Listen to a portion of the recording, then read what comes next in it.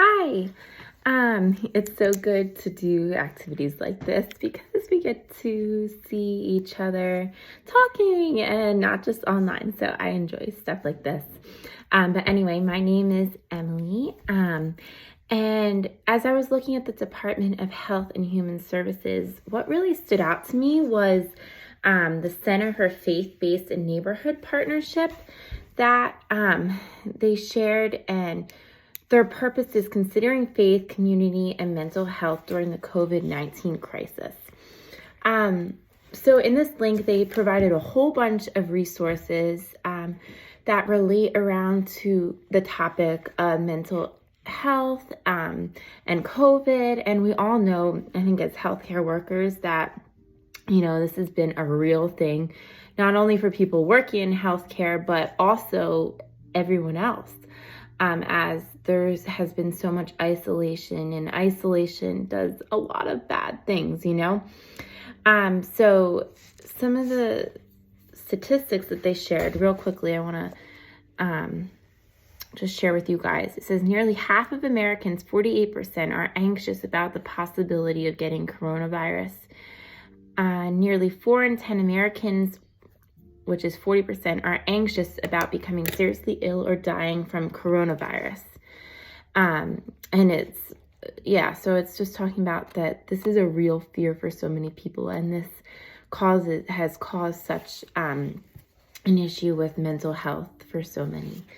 And I think why this is significant is because nurses have a voice in this area.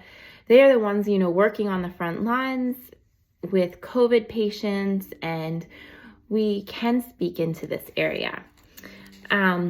So some particular of some of the organizations that they shared were reducing stress and anxiety, different things that the CDC recommends.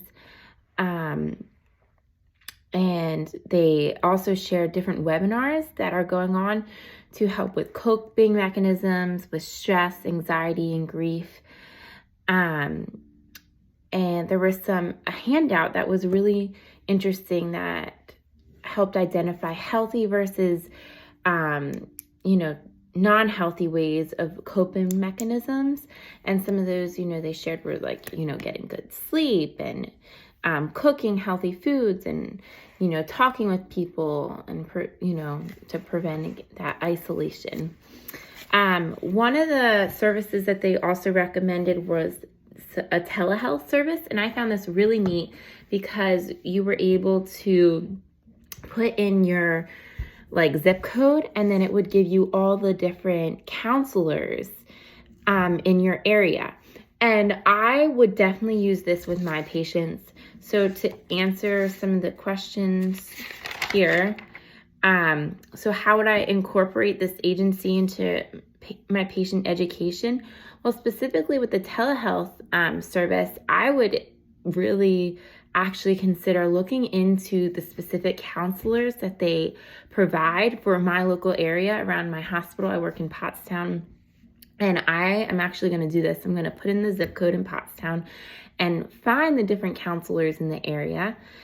And, if my patients are in need to talk with someone about their life situations, I just had a patient yesterday who was going to leave AMA, and, thinking retrospective of this situation, I could have used this as a resource to give my patient and say, hey, if you want to talk to someone, this would be a great resource. Because she was just going on and on about everything that she was going through right now. Just a lot of challenging circumstances. So what patient population would I recommend this to? I would really recommend this to any of my patients or that are adults who are struggling with mental health during this pandemic. And that would be maybe even coworkers. And my purpose in doing that would be, for the mental health, because we do need to recognize the importance of that. And then how does your activity connecting to the resource selected honor God? Well, I think as nurses, we need to recognize the whole aspect of someone, and that we should really be genuinely caring for others' well-being, which includes mental health.